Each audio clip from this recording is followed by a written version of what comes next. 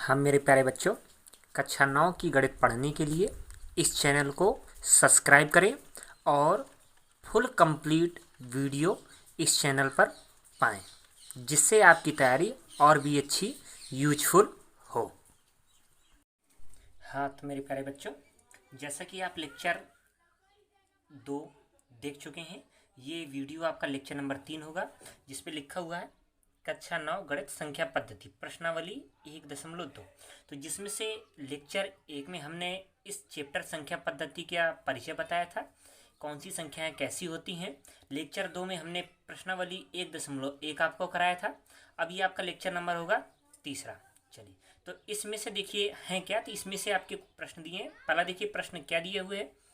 प्रश्न कह रहा है नीचे दिए गए कथन सत्य हैं या असत्य हैं, कारण के साथ अपने उत्तर दीजिए। तो देखिए हम पहला नंबर देखते हैं। पहला नंबर कह रहा है प्रत्येक अपरिमेय संख्या एक वास्तविक संख्या होती है। तो ये हमारा कथन क्या है? सत्य है।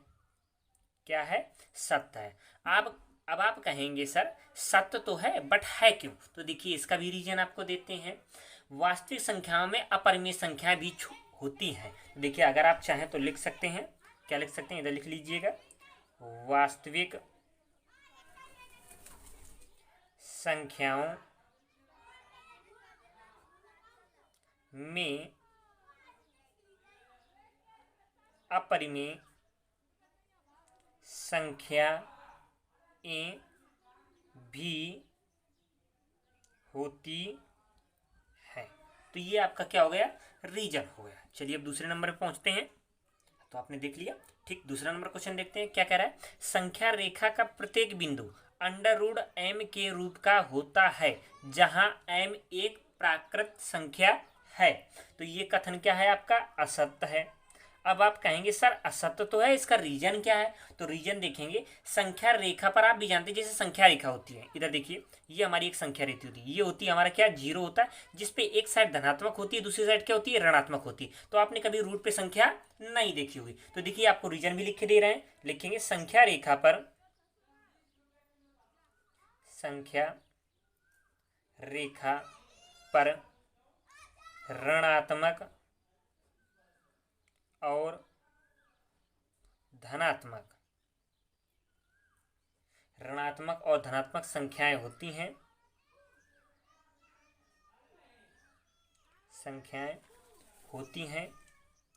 प्रत्येक बिंदु पर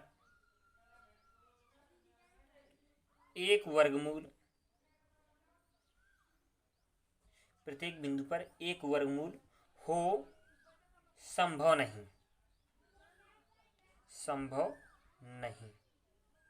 ठीक, समझ गए? देखिए इसका हमने आपको रीजन भी दे दिया है। चलिए नेक्स्ट क्वेश्चन देखते हैं, क्वेश्चन नंबर 3। तो देखिए क्वेश्चन नंबर 3 देखिए क्या कह रहा है, इस पे देखते हैं। कह रहा है प्रत्येक वास्तविक संख्या, क्या कह रहा है? प्रत्येक वास्तविक संख्या एक अपरिमेय संख्या है। ठीक, तो ये कथन हमारा क्या है? असत्य है, क्योंकि वास्तविक संख्याओं में परिमेय संख्याएं भी होती हैं। तो पहले तो आप लिखेंगे, क्या लिखेंगे? असत्य। क्या लिखेंगे? असत्य। अब इसका रीजन लिखेंगे, क्योंकि वास्तविक संख्याओं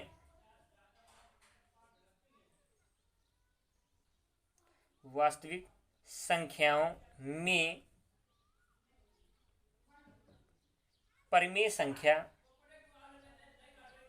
परिमेय संख्याएं भी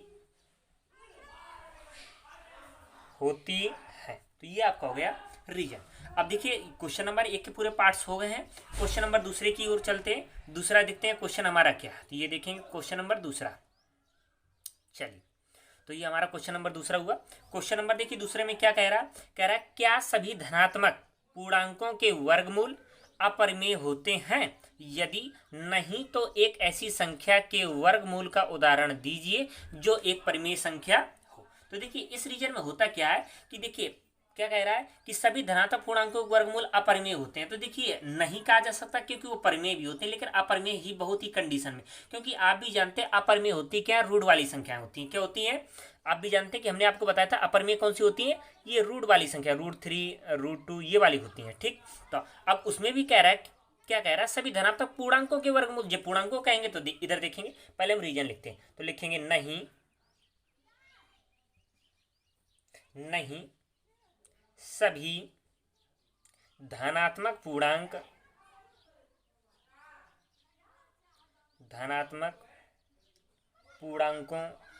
के वर्गमूल अपरिमेय नहीं होते। देखिए आप कहेंगे क्यों सर, तो देखिए एग्जाम्पल देखते हैं।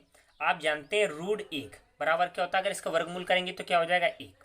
चलिए अगली संख्या देखते हैं, जैसे हमारी लिखिए क्या कह रहा है, धनात्मक पूर्णांक कह रहा था √4, तो आप भी जानते हैं √4 को हम लिख सकते हैं कितना, √2 गुणे √2। जब 2 बार √2 संख्या होती है तो हमारा 2 क्या ना निकल के आ जाता है, 2 निकल के आ जाता है। ठीक, इसके आगे अगर आप चाहे लिख सकते हैं कि √9 बराबर हम लिख सकते हैं √3 गुणे √3, मतलब एक प्रकार से रूट के अंदर 3 × 3 तो बराबर कितना आ जाएगा, ये 3। तो देखिए इससे आपको ज्ञात होता है कि नहीं सभी धनात्मक पूर्णांकों के वर्गमूल अपरिमेय नहीं होते। क्या होते हैं, वो परिमेय होते हैं। चलिए ये क्वेश्चन नंबर कितना हो गया आपका, दूसरा। अगला क्वेश्चन नंबर देखते हैं, क्या कह रहा है क्वेश्चन नंबर अगला।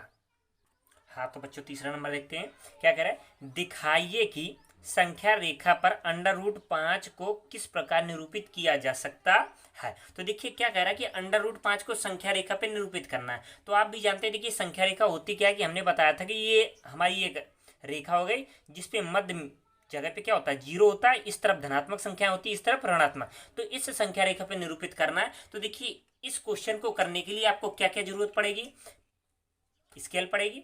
ठीक, ये आपकी चांद हो गया, प्रकाल हो गया, ये आपकी चांद हो गया। तो देखिए इन सब चीज़ों की जरूरत पड़ेगी। तो देखते चलते हैं हम क्वेश्चन कैसे करते हैं सॉल्व को। ठीक, चलिए तो सबसे पहले देखिए हम करते क्या है कि संख्या रेखा खिंचाते हैं। संख्या रेखा कैसे खिंचाते हैं इस चीज़ को देखेंगे। चलिए हमने क्या किया, सबसे पहले संख्या रेखा खिंचाई। आप किसी बिंदु का किसी भी नाप का खिंचा सकते हैं, उससे कोई दिक्कत आपको नहीं है। चलिए तो हमने इधर से इधर तक की कोई एक संख्या रेखा खिंचा दी, हमने ये खिंचा दी। चलिए ठीक, इसके मध्य में हमने मान लिया, क्या बिंदु में मान लिया हमने 0। क्या मान लिया 0। तो आपको भी मालूम है 1-1 सेंटीमीटर की दूरी पे आप बिंदु मान लीजिए। एक ये हुआ आपका, एक ये हुआ आपका, एक ये हुआ। तो अगर आप कहेंगे तो 1 ये हुआ, 2 ये हुआ, 3 ये हुआ। चलिए ये आपकी धनात्मक संख्या हो गई। अब आपको ऋणात्मक संख्या माननी पड़ेगी। तो 1 सेंटीमीटर पे ये, 1 सेंटीमीटर पे ये, 1 सेंटीमीटर, तो माइनस का 1 हुआ, माइनस का कितना हुआ 2 हुआ, माइनस का कितना हुआ 3 हुआ। हाँ तो आगे बच्चे देखेंगे। ठीक, तो ये हमारा कितना हो गया, हमने रेखा पर संख्या रेखा क्या कर ली, प्रदर्शित कर ली। आप चाहें तो अपने एरो को थोड़ा रेखा को और बढ़ा सकते हैं, आगे पीछे बढ़ा सकते, कोई दिक्कत नहीं है आपको। चलिए ठीक, अब देखिए हम करते क्या है कि आप एक बिंदु ले लीजिए, हमारा 0 1 हमने बिंदु मान लिया। ठीक, अब इस 0 से कुछ दूरी पर आप एक बिंदु बी मान लीजिए। ठीक, तो देखिए आपको करना, हमने जो बिंदु 0 पर लिया इसको हमने क्या मान लिया, ए मान लिया। क्या मान लिया, ए मान लिया। अब हमने क्या कहा कि बिंदु जो हमने बी 2 अंक पे लिया, तो इधर से इधर तक देखिए क्या लिया हमने, 0 से 2 तक एक बिंदु ले लिया, उसको हमने क्या मान लिया, बी मान लिया। क्या मान लिया, बी, क्योंकि 0 पे हमने एक ए मान लिया। अब जो दूसरा अंक हमने लिया 2 नंबर का, 2 नंबर पे हमने क्या मान लिया, बी। तो आपको करना क्या है कि बी पर चांद की सहायता से क्या करना है, चांद की सहायता से 90 अंश का कोण बनाना है। ठीक, तो इधर देखिए जब चांद की सहायता से आप 90 अंश का कोण बनाएंगे तो देख लीजिए उस बिंदु को बिंदु से मिला देना है। ये हमारी रेखाएं से रेखाएं क्या हो जाएंगी, मैच कर जाएंगी। और जब देखिए आप भी जानते हैं कि हमारा 90 अंश का ये कोण बना, एंगल बना 90 अंश का। ठीक, कितना बड़ा, 90 अंश का एंगल बना। तो देखिए आपको करना क्या है कि 1 सेंटीमीटर आपको बिंदु जो हमने बी माना है उसका कुछ अधिक नहीं, 1 सेंटीमीटर की डिस्टेंस पे आप एक बिंदु मान लेंगे। ठीक, हमने क्या किया कि देखिए 5 दिए, इधर से हमने 4 कर लिया। तो ये हमारा जो डिस्टेंस हुआ एक प्रकार से 90 अंश का जो कोण बना वो कितने का, इसकी दूरी कितनी है, 1 सेंटीमीटर। क्या है, 1। अब आप देखेंगे 0 से जब 2 तक की हमने मानी तो एक तो ये हुआ, एक ये हुआ, तो 2 सेंटीमीटर की आपकी ये हो जाएगी। क्या हो जाएगी, 2 सेंटीमीटर।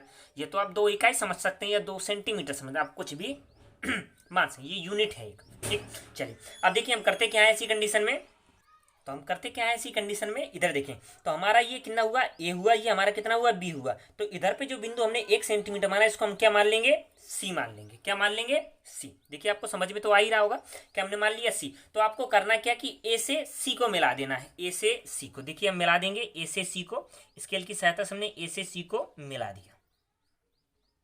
तो ये जो हमारा मान आ जाएगा, हमने क्या कर दिया, ए से सी को मिला दिया। ठीक, तो ये जो हमारा मान आ जाएगा, ये कितना आ जाएगा, √5।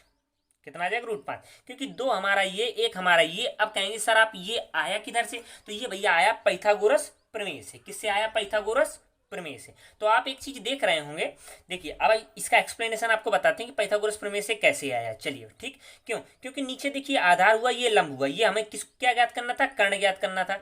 तो कर्ण का मान क्या होता है, कर्ण स्क्वायर बराबर होता है आधार स्क्वायर प्लस लंब स्क्वायर। क्या होता है, कर्ण पाइथागोरस प्रमेय से क्या होता है कि कर्ण स्क्वायर बराबर होता है आधार स्क्वायर प्लस लंब स्क्वायर। चलिए ठीक है, अब देखिए हम देखेंगे हमें क्या करना था कि संख्या रेखा पर हमें √5 प्रदर्शित करना था, √5 प्रदर्शित करना था। लेकिन हमने ये जो वैल्यू ज्ञात की है कहाँ पर, कर्ण पर ज्ञात की, एक प्रकार से। ठीक, हमें कैसे ऐसे, तो देखिए आपको करना क्या है, ऐसी स्थिति में आपने जो बिंदु ए माना था उसको आप केंद्र मानिए। क्या करेंगे, जो बिंदु हमने ए माना था, ये हमने ए माना था, इसको हमने क्या किया, केंद्र माना। ठीक, क्या किया, केंद्र। अब जो हमारा बिंदु सी दिए था उस पर आप एक क्या कर ले, क्या ले, आप प्रकाल पटरी चांदा से उसका चाप ले लें। ठीक, अब चाप लेने के बाद अब उसको क्या करेंगे, उसी के बिल्कुल गोल से, आप कहें तो सर्कल से, जिसको चाप बोलते हैं, तो उसी सर्कल पे हम क्या लगा देंगे, चाप लगा देंगे। देखिए आप देख रहे होंगे कि हमारा चाप लग गया। चलिए देख रहे हैं, तो ये हमारा क्या लग गया, ये चाप लग गया। तो देखिए जिस बिंदु पर प्रतिच्छेद कर रहा है उस बिंदु को आप कुछ मान लीजिए, हमने मान लिया डी। क्या मान लिया, डी। तो देखिए आप देख रहे हैं कि इधर से इधर तक की जो हमारी क्या है, दूरी है, तो वो इधर से इधर तक की दूरी हो जाएगी। तो इधर देखेंगे हमारा क्या हो जाएगा, AC बराबर कितना हो जाएगा, AD। AC बराबर कितना हो जाएगा, AD। अब AC बराबर AD तो हो गया, लेकिन AD हमारा कितना दिए था, √5। रूट कितना दिए था, 5। रूट कितना दिया था, 5। तो नीचे से क्या आ जाएगा हमारा, AD बराबर कितना हो जाएगा, √5। तो ये जो हमारी वैल्यू आएगी किधर से, इधर से लगा के बिंदु A से लगा के बिंदु D तक, कितनी, कि बिंदु A से लगा के अब बिंदु D तक, बिंदु A से लगा के कितनी आ जाएगी, बिंदु D तक। तो जो वैल्यू आ जाएगी, जो मान आ जाएगा वो किसका आ जाएगा, √5 का। कितना आ जाएगा, √5 का। अब आप देखिए सोच रहे होंगे सर ये तो आ तो गया, लेकिन आया कैसे था। चलिए इसके लिए देखिए हम देखते हैं, इधर हमने लिखा पाइथागोरस प्रमेय से, पाइथागोरस प्रमेय से।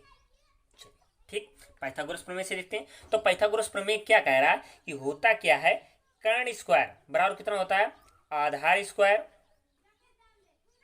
प्लस लंब स्क्वायर।